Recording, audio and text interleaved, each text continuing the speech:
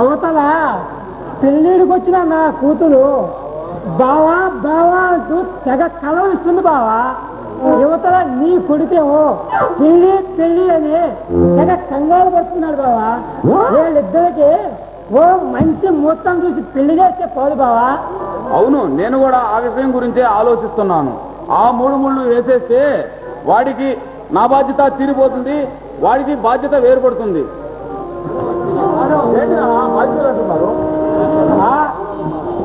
సరే రామనాథమ్మయ్య ఎప్పుడు ఇచ్చారు? అల్లుడు నీ గురించే మాట్లాడుతున్నాం. నా గురించా? నా గురించి ఏం మాట్లాడుతున్నారు? ఏం లేదురా, ఈ నెలలో మంచి ముహూర్తాలు ఉన్నాయంట. నీకు లక్ష్మికి పెళ్లి చేద్దామని చెప్పిపోవడానికి వచ్చాడు. పెళ్ళా? ఇప్పుడు నాకేం పెళ్ళి నాన్న? ఇప్పట్లో నా పెళ్ళికి తొందర ఏంటి? నీకు తొందర లేదురా, పెళ్ళిడికి వచ్చిన నా కూతురు పెళ్ళి పెళ్ళి తెగ తొందర పడిపోతుందా? దాన్ని కన్నందుకు నేను మరీ తొందర పడిపోతున్నారా? అంత తొందరగా ఉంటే ఓ మంచి సంబంధం చూసి పెళ్లి చేసేయండి మామయ్య, బాగుంటుంది. ఒరే కుమార్, ఏంట్రా నువ్వు మాట్లాడేది? మధ్య ఉండే మాట్లాడుతున్నావా? అవును నాన్న, నాకు లక్ష్మిని పెళ్లి చేసుకోవడం ఇష్టం లేదు. కుమార్,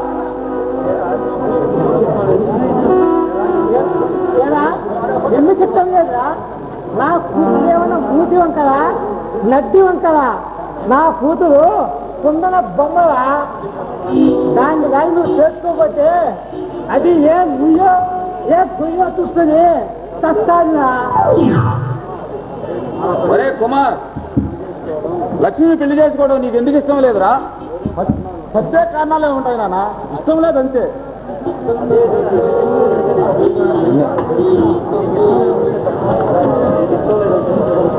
నీకు ఇష్టం లేదంటే తప్పుతుంది అనుకుంటున్నావా? నీ పెళ్లి నీ చిన్నప్పుడే నిర్ణయించావు, ఇప్పుడు కొత్తగా నిర్ణయించేది ఏమీ లేదురా. నాన్న, మీరు ఎప్పుడు నిర్ణయించినా పెళ్ళి అనేది నా సొంత విషయం.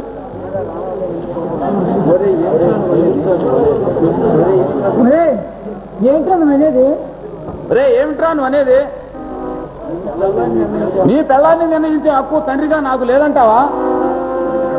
నాకు ఇష్టం లేని పెళ్ళాన్ని నిర్ణయించే హక్కు మాత్రం నీకు లేదు నాన్నగారు. అంటే నీకు ఇష్టం ఉందో లేదో తెలుసుకొని నిన్ను కన్నానా? నీకు ఇష్టమో లేదో తెలుసుకొని నిన్ను పెంచి ఇంత వాడిని చేశానా? అది వేరు, ఇది వేరు. పెళ్ళి అనేది నూరేళ్ళ గంట. నా జీవిత భాగస్వామిని ఎన్నుకునే హక్కు నాకు మాత్రమే ఉండాలి నాన్న. ఏంట్రా హక్కుల గురించి చాలా అందంగా మాట్లాడుతున్నావు? నాన్న, అమ్మ లేకపోయినా నన్ను అల్లారు ముద్దుగా పెంచారు, కావలసిందంతా కాదనకుండా తీర్చారు. అయినా కానీ ఏ ఒక్క విషయంలో మాత్రం నన్ను ఇబ్బంది పెట్టగా నాన్న. అవునరా, నిన్ను అల్లారు ముద్దుగా పెంచాను, కానీ పెంచిన మమకారాన్ని కూడా మర్చిపోయి నా ఇష్టాన్ని కాదంటున్నావు కదరా. నా ఇష్టాన్ని కాదని నీ ఇష్ట ప్రకారమే చేసుకుంటానంటే నేను మాత్రం ఎందుకు లేదనాలి? సరే, నీ ఇష్ట ప్రకారమే కానిము. అవునా?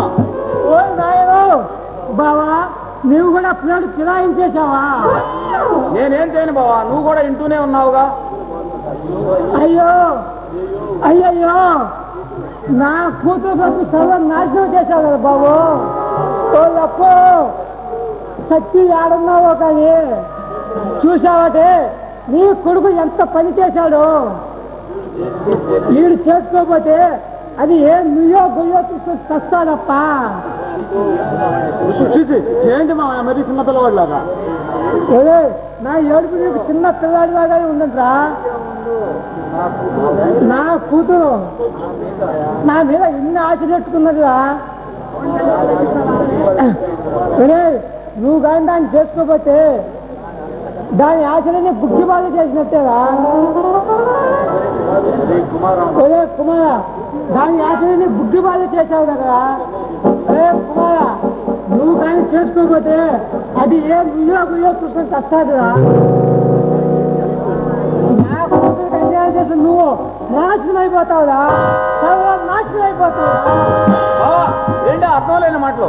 నాది అర్థం లేని మాటలు కాదు బావా, నా కడుపులో మడుకున్న మంట బావా.